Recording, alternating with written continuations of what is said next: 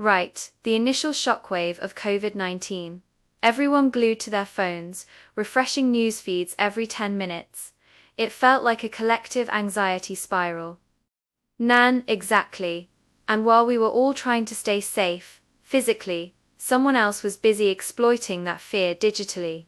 The perfect storm for cybercriminals. Seriously, the headlines were everywhere. Emergency notices, miracle cures, lists of who was infected. It was chaos, and they were just waiting for the click. Using terms like supervision or accountability in official-sounding emails. That's some serious social engineering. Nan, textbook spearphishing. They knew the pain points: fear of infection, desire for information, maybe even a bit of FOMO about getting the latest update. And using platforms like Wei-Yun-Wanpan and Telegram? Smart move, bypassing standard email filters. Plus, multi-layer encryption. That's not just hiding, that's actively trying to stay off the radar of automated detection systems. They're getting sophisticated. New. It's like they had a playbook ready for any global crisis. Just swap out the keywords, and boom, you've got a new batch of potential victims. It's terrifying how adaptable this stuff is. And once you click that infected Word doc, assuming you didn't get wise to it first, Emotet or whatever rat they used gets installed. It's designed to be persistent, like a digital gremlin. It doesn't just sit there, it starts working. New, working how? Like, what does it actually do once it's inside? Well, it becomes a bot. It starts spamming your contacts with more of these COVID-themed emails, turning your computer into a distribution hub.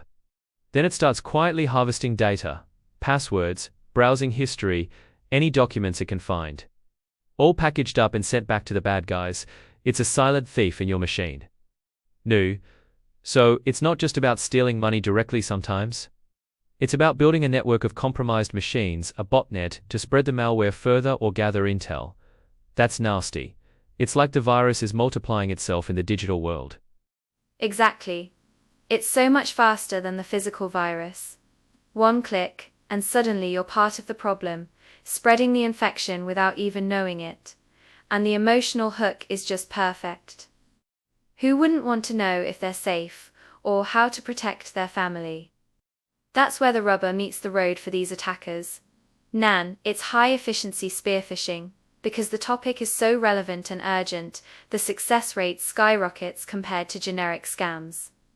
People are less likely to scrutinize an email about COVID-19 as carefully as one about Nigerian princes.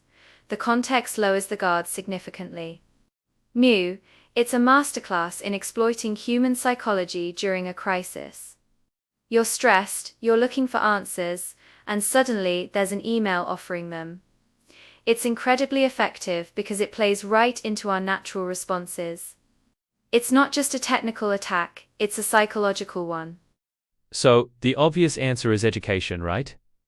Tell people don't open suspicious emails, check the sender, hover over links, basic hygiene for the digital age. But yeah, as Shelby pointed out, not everyone's going to be tech-savvy or vigilant. No, totally. It's like telling everyone to wear masks during a pandemic. Crucial, but you know some people will still go out without one. There's a huge gap in digital literacy and awareness. Some folks just aren't going to see the danger signs. It's a massive challenge for public health campaigns, both physical and digital. Nan, and it's not just about individuals. Think about businesses. If one employee clicks, it can potentially compromise the entire company network. That's where the real damage happens. Individual awareness is important, but organizational defenses are critical. Right.